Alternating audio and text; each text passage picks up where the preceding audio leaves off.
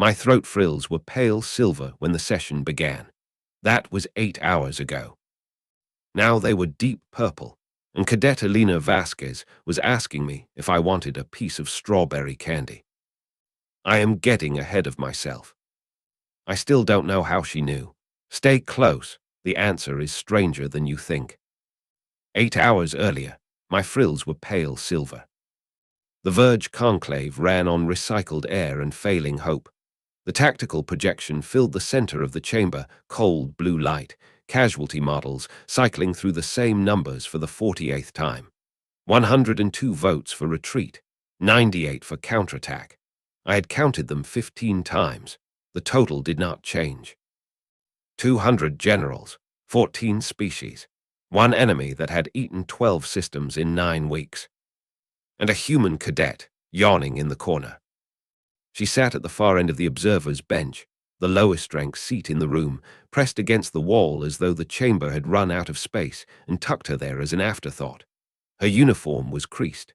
She had a cartoon patch on her left shoulder, a smiling planet eating a smaller planet.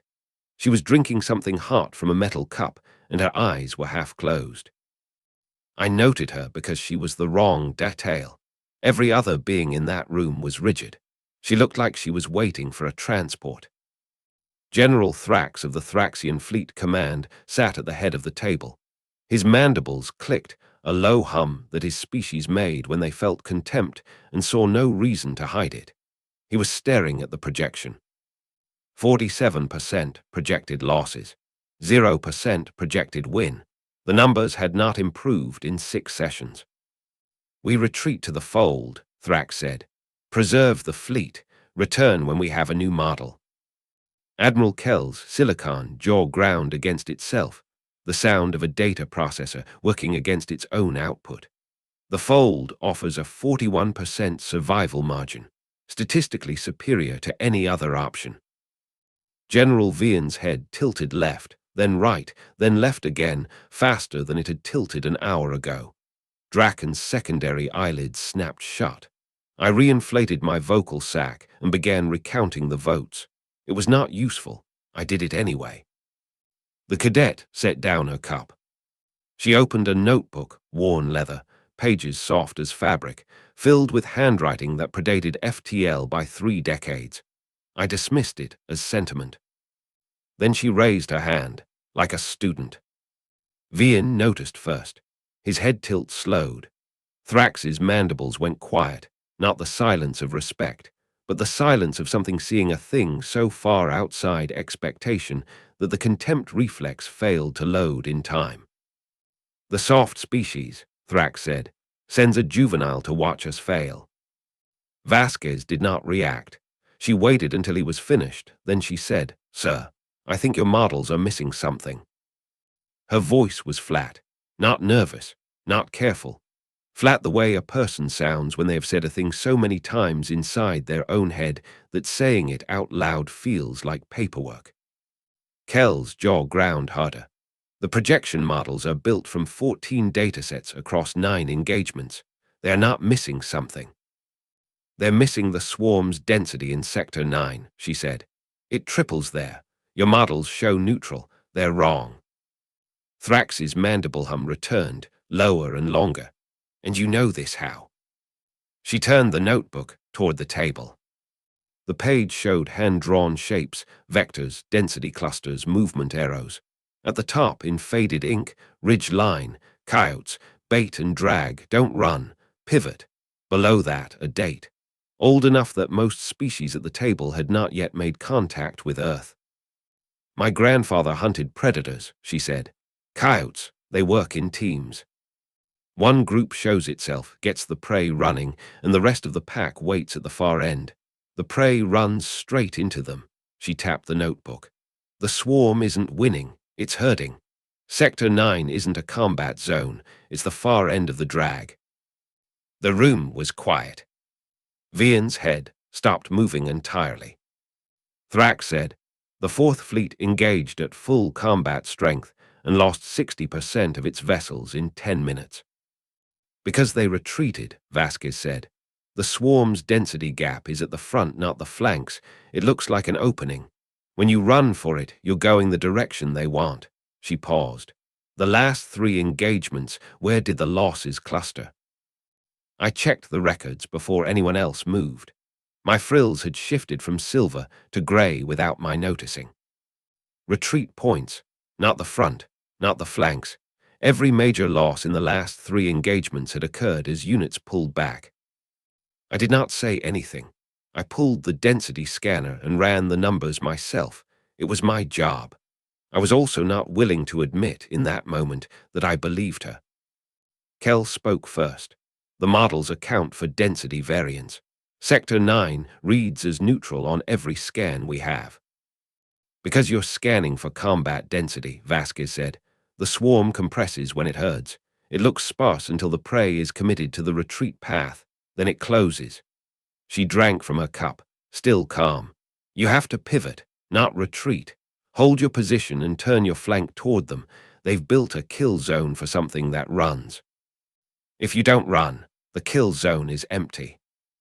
Draken's secondary eyelids opened and snapped, shut 3 times in rapid sequence. Pivot into a swarm engagement with 47% projected losses and no verified data.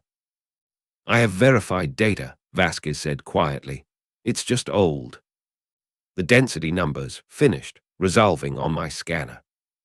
No formation, no front, no retreat point that wasn't already a trap. My vocal sac deflated. I reinflated it. I looked at the numbers again because the first look had not changed them, and I was hoping the second would. She was right.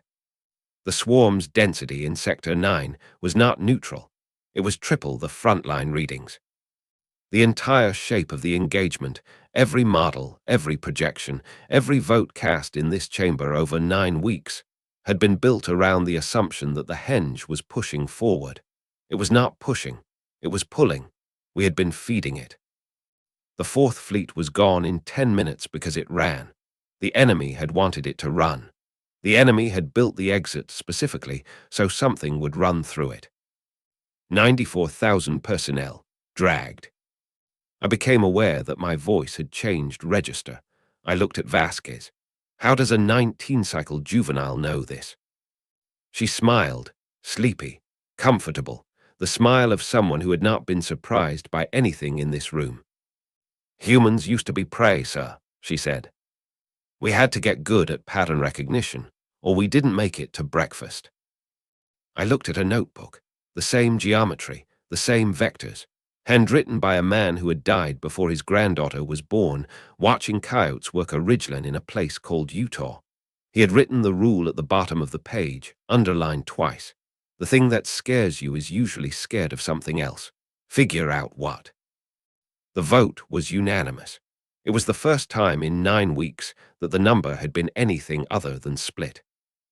I straightened my vote slate before I announced the count. I do not know why. Habit, maybe. The motion was to hold position and pivot the fleet's flank toward bearing 147.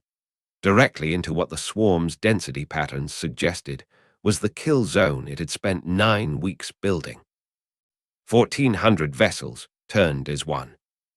The swarm's front compressed toward Sector 9. It had done this in every prior engagement, the pressure that preceded a kill zone collapse. It expected the fleet to run for the density gap. The gap was the trap. The fleet did not move for it. It held. It turned. The swarm overshot. Its entire mass drove through the kill zone it had built, and the fleet was not there. The henge hit the far wall of Sector 9 with nothing to close around. Losses stopped, 47%, not one ship more. 17 hours later, Vasquez was asleep in her chair. Still the far-end bench, still the creased uniform. The metal cup sat beside her, cold. I brought her hot water. I set it next to the old cup without waking her. She woke anyway, barely, one eye open, and reached into her pocket. She pulled out a hard candy in a crinkled wrapper. Strawberry, the label said. She held it toward me without sitting up. I did not take it, but I stood there longer than the task required. Across the chamber, Thrax submitted the formal reclassification. He did not read it aloud. His mandibles were silent, not the silence of contempt loading, but something else. Something his species reserved for things they had decided to stop arguing with. The notebook was still on the table. No one had asked to keep it. No one had asked to scan it, or file it, or run its geometry through the models. The council had decided, without saying so, that some questions were better left as questions. The candy wrapper sat beside it, catching the blue light of a projection that finally showed something other than zero. Vasquez slept. My frills settled back to pale silver.